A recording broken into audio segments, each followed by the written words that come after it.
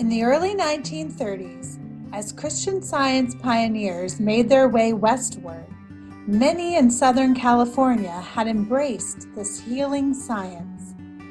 It was around this time that a group of Christian Science teachers and practitioners began to discuss a need for a Christian Science nursing facility here in Los Angeles. This small group saw a need for those seeking assistance, a place of quiet refuge where thought could be at peace and healing supported. Their vision for this refuge was of a modern-day Inn of the Good Samaritan, a place richly supported by its community to allow nurturing for all seeking Christian Science care, regardless of financial means. As this small group of Christian Science teachers and practitioners began to share their idea, they quickly discovered that others recognized this need too. One at a time, informal meetings were held at individual homes. Some were small, some so crowded that one of the workers remembers that she had to stand inside the kitchen door to address the group gathered in the living room. At these meetings, one policy was strictly adhered to. Nobody ever took up a collection or even asked directly for money. The speakers were there to give information about the task and how it was going forward. In 1936, Winifred Mankowski officially incorporated the Southern California Foundation as the fundraising organization that would bring their idea to fruition. The foundation was led by a board of directors and an advisory committee comprised of 6 Christian Science teachers. Early on, the board realized it would, quote, be well to have an advisory committee composed of well-experienced Christian scientists. This proved not only helpful in decision-making, but helped bring to the members a fine sense of harmony, unity, and consecration to their purpose.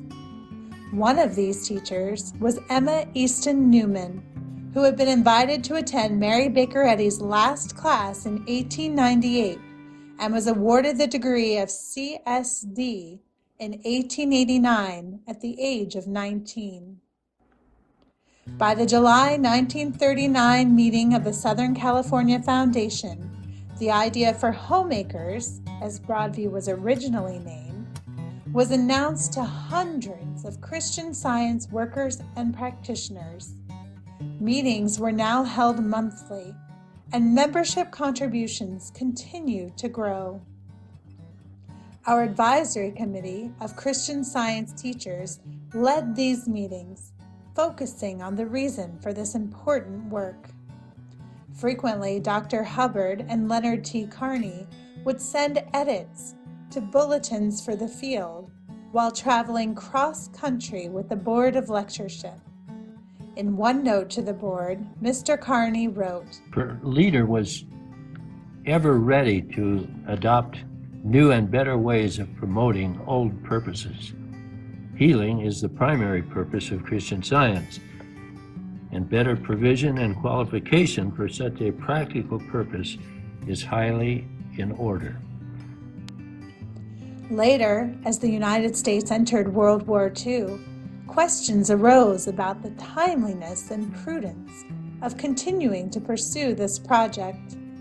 Miss Ethel Putnam, CSB, a founding member of our advisory committee, replied, "Of course, at this period in the history of the world, everybody is becoming conscious at this moment that supply is going to be the largest question all over the world.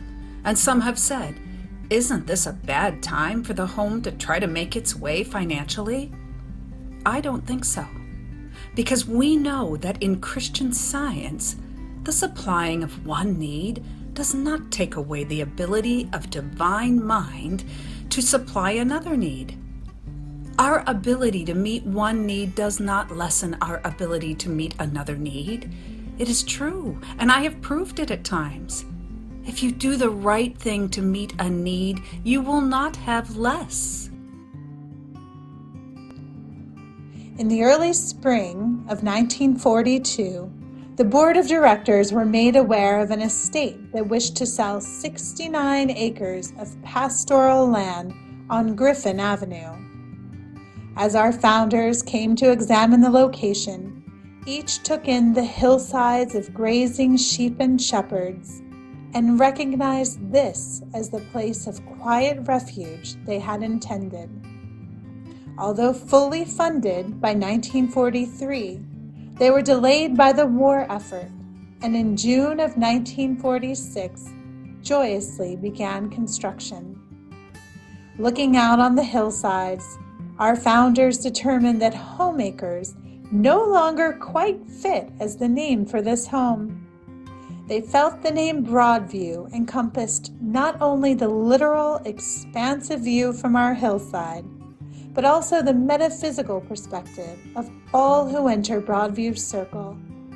The highest idea of man, exemplified in limitless capacity and boundless joy, nurtured and surrounded by his brother's love, built on the foundation of demonstrations by over 6,000 Christian Science households. December 1st, 1947, Broadview opened its doors to begin serving our community as the Inn of the Good Samaritan.